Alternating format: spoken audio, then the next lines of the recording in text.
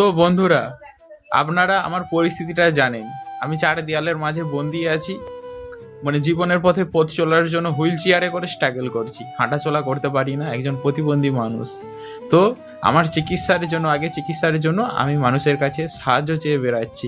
তো ইতিমধ্যে একটা দাদা ভাই আমাকে একটি বুদ্ধিমানের কথা বলেছে, একটু যুক্তিসম্মত কথা বলেছে।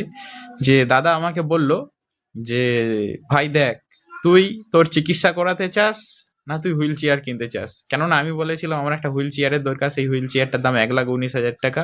সেই হুইল চেয়ার নিয়ে আপাতত যতদিন না সুস্থ হচ্ছি ততদিন আমি কাজকর্ম করতে চাই হুইল চেয়ারে করে। তো ওই দাদা বলল যে, তুই এমন কত পয়সা পাবি তুই বল, যে তোর চিকিৎসা করাবি আবার হুইল চেয়ার কিনবি? হুইল চেয়ারটার তার অনেক দাম।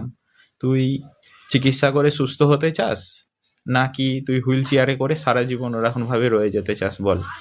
তুই হাঁটাচলা করতে চাস না হুইল চেয়ারে করে স্ট্রাগল করতে চাস? তো তখন বললো আমি তখন বললাম, না আমি হাঁটাচলা করতে চাই। হাঁটাচলা করতে পারলে আমি কেন হুইল চেয়ারে করে, দাদা আমি কেন এরকম করে কাটাবো, কষ্টের জীবন কেন কাটাবো? তো তখন দাদা আমাকে বলল যে, তাহলে ভাই তুই আগে তোর চিকিৎসাটা করা, তুই হুইল চেয়ারের কথা ভুলে যা। তোকে মানুষ সাহায্য করলে সেই পয়সা দিয়ে তুই তোর চিকিৎসাটা করা, আমরা অবশ্যই তোর পাশে আছি। এ কথাটা বললো। আমি তখন ভেবে দেখলাম, তো হ্যাঁ, ঠিকই বলেছে আমাকে।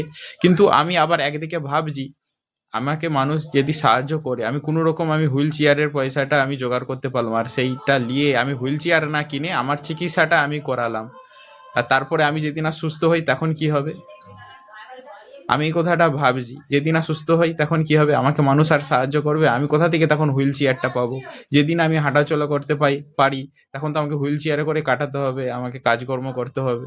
তো ভাই আবার বললো যে, তারপরে বললো যে তোকে রিস্ক নিতে হবে, সবার লাস্টে বললো তো রিস্ক নিতে হবে, আমার বলার কর্তব্য। তোকে ভালোবাসি তাই তোকে আইডিয়া দিলাম, তুই এবার কি করবি তুই ভেবে দেখ, ভেবে চিন্তে কাজ কর।